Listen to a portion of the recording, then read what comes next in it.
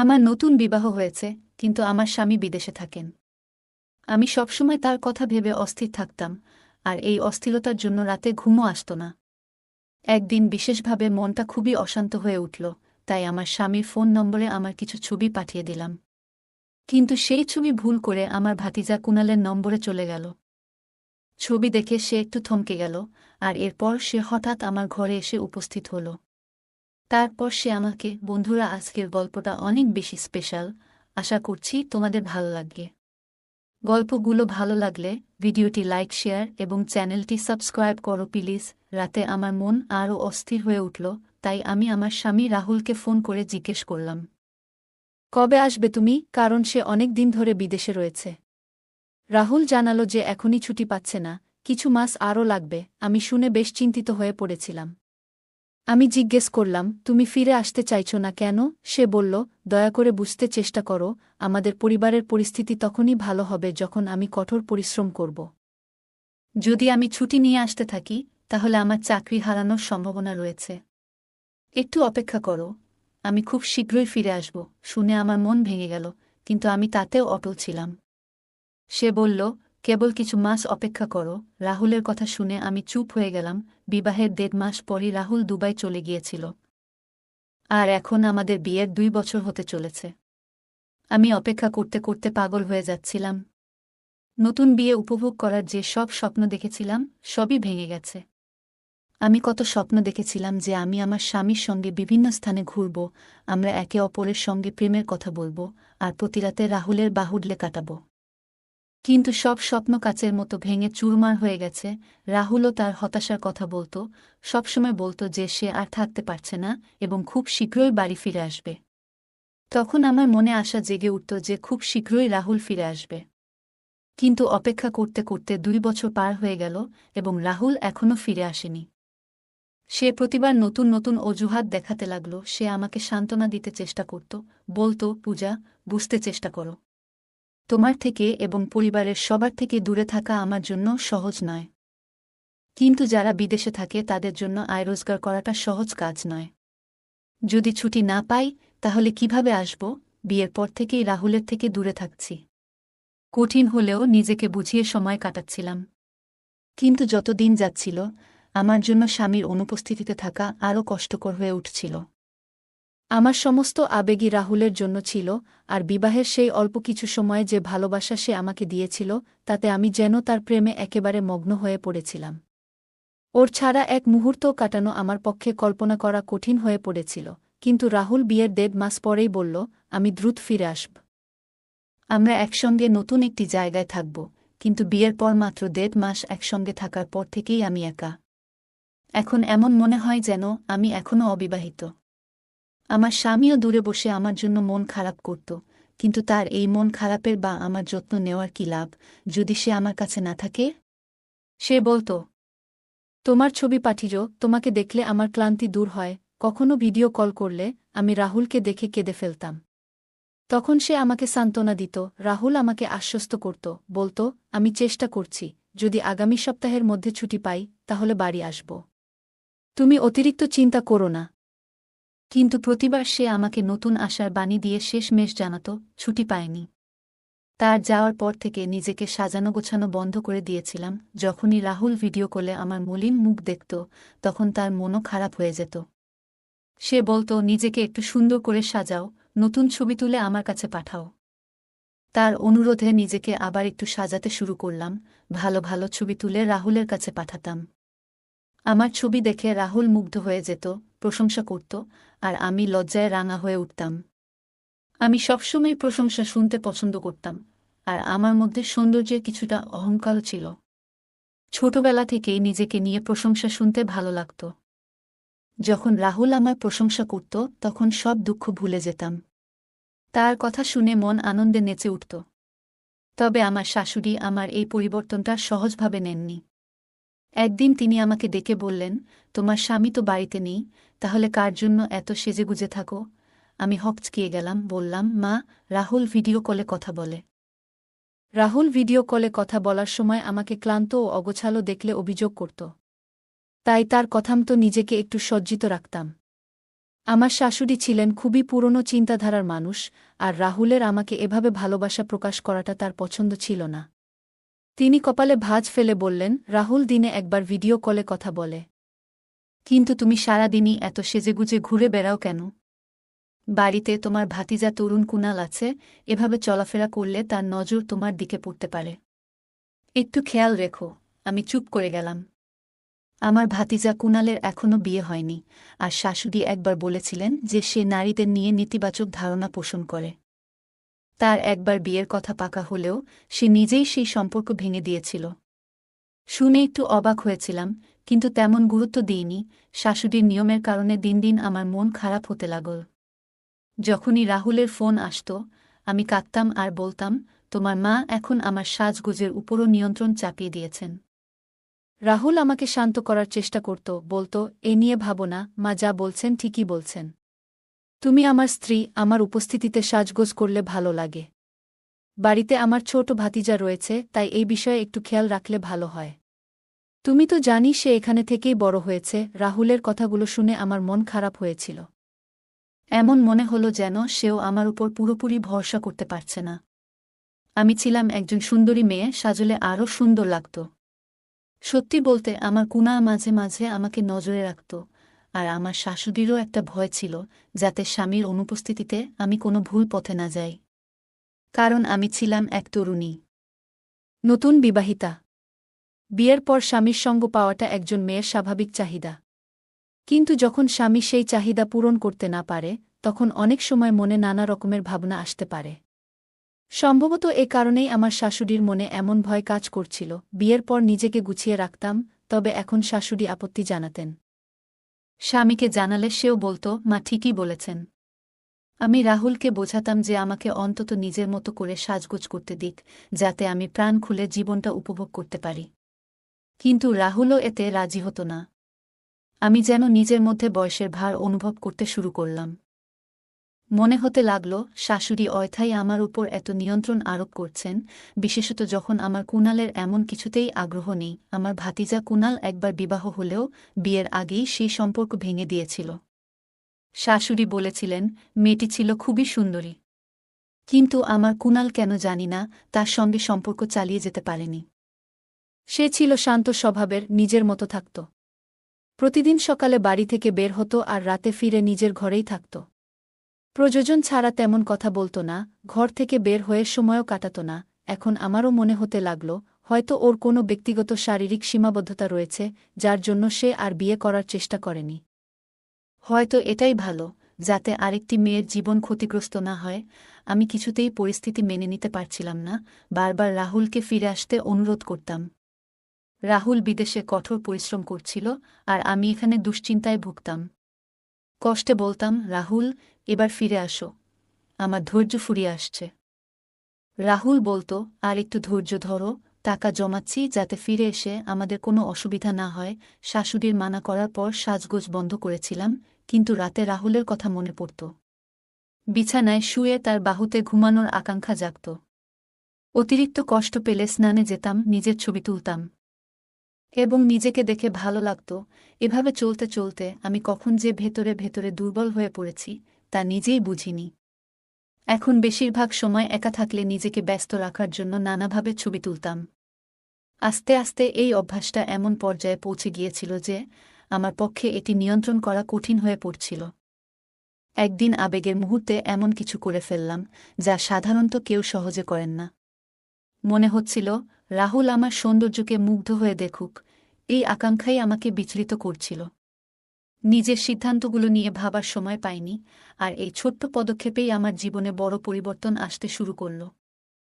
আমার শাশুড়ি সবসময় আমার দিকে কৌতূহলভরা নজরে তাকিয়ে থাকতেন। বেশিরভাগ সময় আমি নিজ ঘরে কিংবা একা থাকলে তার চোখে কিছুটা সন্দেহ ফুটে উঠত। মাঝে মাঝে তিনি কিছু প্রশ্ন করতেন, আর মুখের অভিব্যক্তিতে যেন মনের ভাব প্রকাশ পেত। একদিন হঠাৎ আমার মোবাইল নষ্ট হয়ে গেল, আর আমি খুবই চিন্তায় পড়ে গেলাম। ছবি তোলার যে নতুন শখ আমার মধ্যে জন্মেছিল, সেটা যেন আমার নিত্যদিনের সঙ্গী হয়ে গিয়েছিল। মোবাইল ঠিক করানোর জন্য দোকানে দিতে হতো, আর তাতে আমার কিছু ব্যক্তিগত ছবি ছিল। যদি কেউ দেখে ফেলত, তাহলে বড় বিপদে পড়তে হতো। রাহুল একদিন শাশুড়ির ফোনে কল করেছিল, আর সেই সুযোগে আমি মোবাইল নষ্ট হয়ে যাওয়ার বিশ্বাসটা জানালাম। রাহুল বলল, কোনো চিন্তা করো না, তোমার মোবাইলটা কুণালকে দিয়ে দাও, সে তো তার বন্ধুর দোকান থেকে ঠিক করিয়ে আনতে পারবে।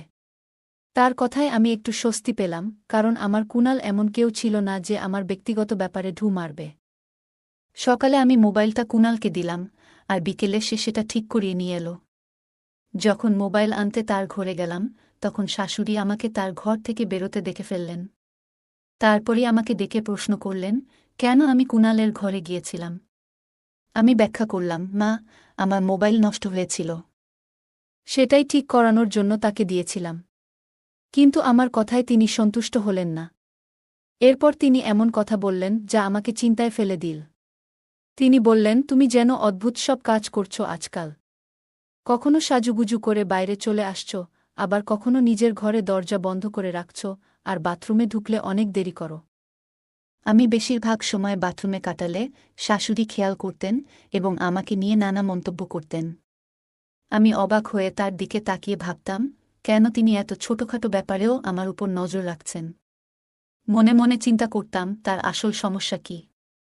আমার কোনো কাজই যেন তার কাছে সহ্য হয় না।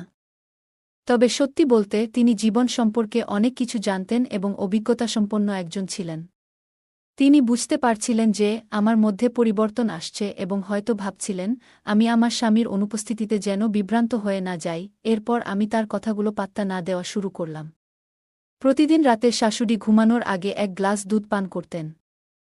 একদিন তাকে দুধ দিতে তার ঘরের দিকে যাচ্ছিলাম। দরজার কাছে পৌঁছে হঠাৎ ভেতরে কথা শোনা গেল এবং অবাক হয়ে শুনলাম যে আমার নামও আলোচনা হচ্ছিল। আমি চুপ করে দরজার বাইরে দাঁড়িয়ে থাকলাম। ভেতরে শাশুড়ি আর কুণাল দরজা বন্ধ করে গোপনে কথা বলছিলেন, আর তাদের কথাগুলো শুনে আমি স্তব্ধ হয়ে গেলাম। মনে হচ্ছিল তাদের কথাগুলো ভীষণ বিস্ময়কর ও অপ্রত্যাশিত ছিল। কিছুক্ষণের জন্য আমার ইচ্ছে হলো ভেতরে ঢুকে কথা বলি, তবে মিথ্যে ঝামেলা বাড়াতে চাইনি। আমি খুব চিন্তিত হয়ে নিজের ঘরে এসে মাথা ধরে বসে পড়লাম। এইসব ভাবতে ভাবতেই পাগল হয়ে যাচ্ছিলাম। আমি সবসময় আমার কুণালকে সোজাসাপটা একজন মানুষ মনে করতাম, কিন্তু আমি জানতাম না তার মধ্যে এমন কিছু ভাবনা থাকতে পারে। লজ্জায় আমার অবস্থা খারাপ হয়ে যাচ্ছিল, স্বামীকে এসব জানাতে লজ্জা লাগছিল, রাতটা পুরোপুরি টেনশনে কেটেছিল। ঘুম না আসায় মোবাইলটা হাতে নিয়ে নিজের একটা ছবি দেখতে লাগলাম। মনে হঠাৎ খেয়াল এলো, এই ছবিটা আমার স্বামীকে পাঠাই। পরের মুহূর্তেই একটা সুন্দর আমার স্বামী রাহুলের নম্বরে পাঠিয়ে দিলাম। কিন্তু পরক্ষণেই বুক ধক করে উঠল, কারণ ভুলবশত ছবিটা আমার ভাতিজা কুণালের নম্বরে পাঠিয়ে ফেলেছিলাম। সময় দেখলাম রাত তখন 2টা। ভাবলাম, এই সময় নিশ্চয়ই আমার কুণাল ঘুমিয়ে আছে। কিন্তু সকাল পর্যন্ত অপেক্ষা করতে পারব না। যদি সে জেগে ওঠে আর ছবিটা দেখে ফেলে, তবে তার সামনে চোখ তুলতে পারব না। ছবি এমন কিছু ছিল না যা অন্য কেউ দেখলে ভালো লাগত। আমার কিছুই বুঝে উঠতে পারছিলাম না কি করব। ঘরে পায়চারি করতে লাগলাম, চিন্তা করতে করতে মাথা কাজ করা বন্ধ করে দিচ্ছিল। আমার মনে তখন একটাই ভয়, যদি সেই ছবিটা আমার কুণালের ফোনে থেকে যায়, তবে একেবারে অপ্রস্তুত পরিস্থিতি তৈরি হবে। যদিও নিজের ফোন থেকে আমি ছবিটা ডিলিট করে দিয়েছিলাম, কিন্তু এই প্রযুক্তির যুগে ডিলিট করা ছবি আবারও দেখা যেতে পারে। ভাবলাম, কুণালের ঘরে গিয়ে সরাসরি তার ফোন থেকে ছবিটা মুছে ফেলা যায় কিনা। তবে এমন কিছু করলে হয়তো সে আমাকে ভুলভাবে দেখবে। তবু সাহস করে ঘর থেকে বাইরে তাকালাম। পুরো বাড়িতে তখন এক অদ্ভুত নিস্তব্ধতা। সবাই নিজ নিজ ঘরে নিশ্চিন্তে ঘুমিয়ে আছে, আর আমার মন পুরোপুরি অশান্ত। কুণালের ফোন থেকে ছবি ডিলিট না করা পর্যন্ত যেন মনে শান্তি পাচ্ছিলাম না। অবশেষে ধীরে ধীরে পায়ে হেঁটে কুণালের ঘরের দিকে এগোলাম। বুকটা ভয় আর উৎকণ্ঠায় জোরে জোরে ধুকপুক করছিল। যদি শাশুড়ি বা শ্বশুর আমাকে এভাবে দেখে ফেলে, তাহলে সন্দেহ করবে। নিঃশব্দে পা ফেলে কুণালের ঘরের দরজার কাছে পৌঁছলাম। ঘরটা ছিল অন্ধকার। কুণাল নিশ্চিন্তে বিছানায় ঘুমিয়ে আছে। আমি আস্তে আস্তে পায়ের শব্দ না করে বিছানার পাশে গিয়ে দাঁড়ালাম। ভাগ্যক্রমে তার মোবাইলটা হাতের কাছে ছিল। হাতে নিয়ে দেখলাম ফোনে ফিঙ্গারপ্রিন্ট লক দেওয়া। তখন হঠাৎ কুণালের দিকে তাকিয়ে কি করব তা ভেবে অবাক হয়ে দাঁড়িয়ে রইলাম। আমি ভেবেছিলাম একটু চেষ্টা করলে হয়তো কুণালের ফোনের লকটা খুলতে পারব। গভীর ঘুমে থাকা কুণালের আঙুলটা ফোনের স্ক্রিনে লাগাতেই সঙ্গে সঙ্গে লক খুলে গেল।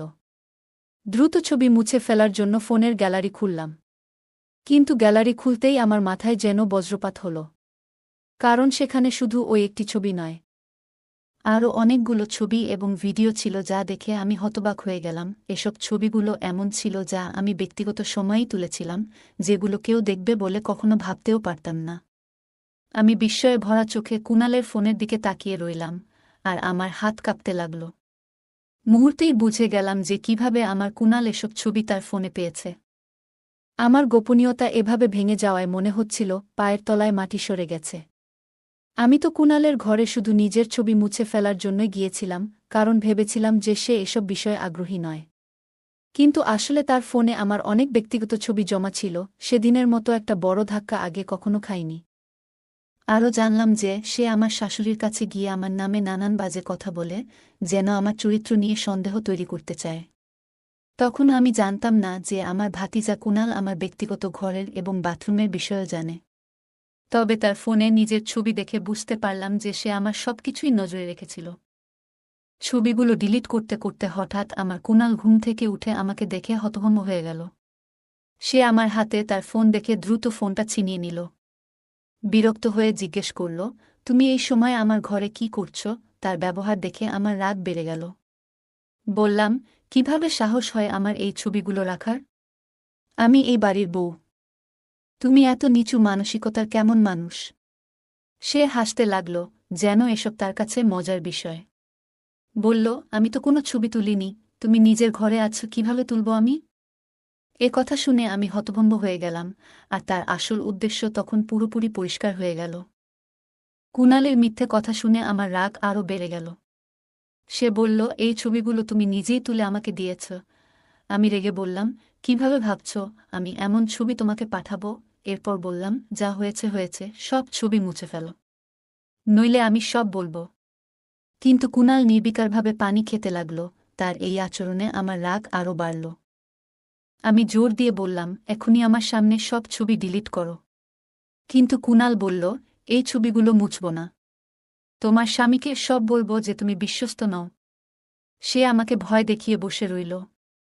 আমি পাল্টা বললাম, আমার স্বামী সব জানে, এই ছবিগুলো আমি নিজের জন্য তুলেছিলাম।